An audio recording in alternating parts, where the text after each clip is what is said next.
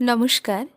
কবি শুভ দাশগুপ্তের লেখা কবিতা মেঘ বলল। মেঘ বলল, যাবি অনেক দূরের গেরুয়া নদী, অনেক দূরের একলা পাহাড়, অনেক দূরের গহন সেবন, গেলেই দেখতে পাবি। যাবি? জানলা দিয়ে মুখ ঝুঁকিয়ে বলল সে মেঘ, যাবি আমার সঙ্গে, যাবি? দিন ফুরিয়ে রাত ঘনাবে, রাত্রি গিয়ে সকাল হবে, নীল আকাশে উড়বে পাখি, গেলেই দেখতে পাবি। যাবি? শ্রাবণ মাসের একলা দুপুর, মেঘ বলল, যাবি আমার সঙ্গে, যাবি? কেমন করে যাব রে মেঘ, কেমন করে যাব?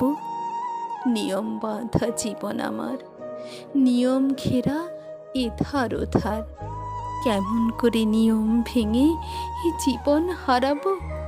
কেমন করে যাব রে মেঘ, কেমন করে যাব?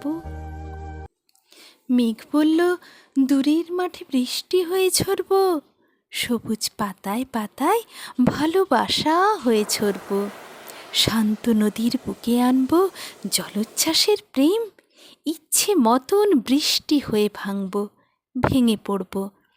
এই মেয়ে, তুই যাবি আমার সঙ্গে, যাবি? যাব না মেঘ, পারবো না রে যেতে, আমার আছে কাজের বাঁধন, কাজেই থাকি মেতে। কেবল যখন ঘুমিয়ে পড়ি তখন আমি যাই, সীমার বাঁধন ডিঙিয়ে দৌড়ে এক ছুটে পালাই, তখন আমি যাই। স্বপ্নে আমার গেরুয়া নদী, স্বপ্নে আমার সুনীল আকাশ, স্বপ্নে আমার দূরের পাহাড়, সব কিছুকে পাই।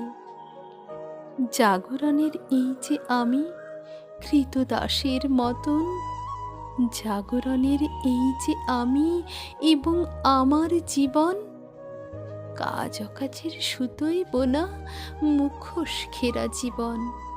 তবুরে মেঘ, যাব একদিন ঠিক তোরই সঙ্গে, শ্রাবণ হাওয়ায় নতুন রঙ্গে, যাব রে মেঘ, যাব।